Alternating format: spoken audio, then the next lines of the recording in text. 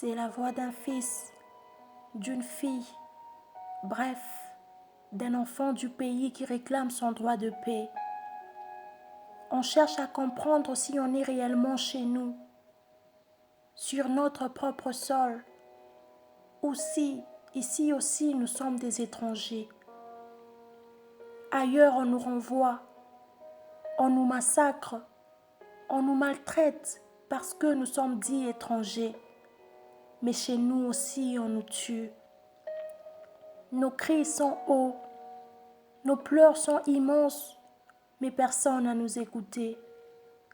Beni pleure, Lubumbashi pleure, Kinshasa pleure, Goma pleure, Uvira pleure, le pays entier est endeuillé en voyant ses membres mourir sans défense.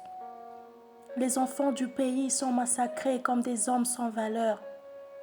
N'est-ce pas la démocratie s'est définie comme pouvoir du peuple par le peuple et pour le peuple? Nous avons vécu le par en espérant voir le pour, mais hélas. 6 nuits sur 7, nos pères, nos fils sont tabassés et tués. 7 nuits sur 7, nos mères, nos filles, nos sœurs sont violées. Ceux censés de protéger nos biens viennent interrompre nos sommeils pour nous ravir ces mêmes biens. Nos nuits ne sont plus paisibles.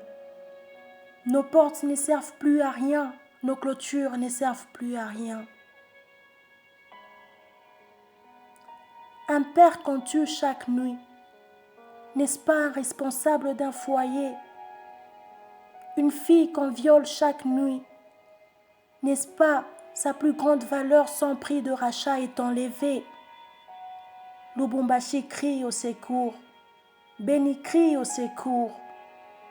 La berceuse des cris d'oiseaux est remplacée par la violence des crépitements des balles et des bruits de machettes. Le pays saigne en grande quantité. Un peuple sans espoir, un peuple sans défense, un peuple de nulle part serrant nos qualifications jusqu'à ce que vous déciderez de sauver des vies au rang primordial. Car lorsque nous les verrons une fois de plus, lorsque nous nous lèverons pour protester et réclamer nos droits de paix, c'est nous qui mourrons encore. Oui, nous. On nous tue en masse. Nos frères meurent sans secours.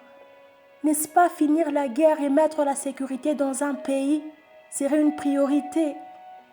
Que des pleurs, que des pleurs, que des larmes. Si un Congo nouveau est impossible d'être instauré, au moins nous préférons le Congo d'une certaine époque, où on souffrait pour avoir du pain bien sûr, mais on vivait et dormait en paix. Cette paix que nous réclamons encore aujourd'hui. L'écrivain n'est qu'un porte-parole du peuple et non son défenseur. C'est par lui et au travers de lui que le cœur du peuple parle. Dieu aidant, l'espoir sera toujours notre devise.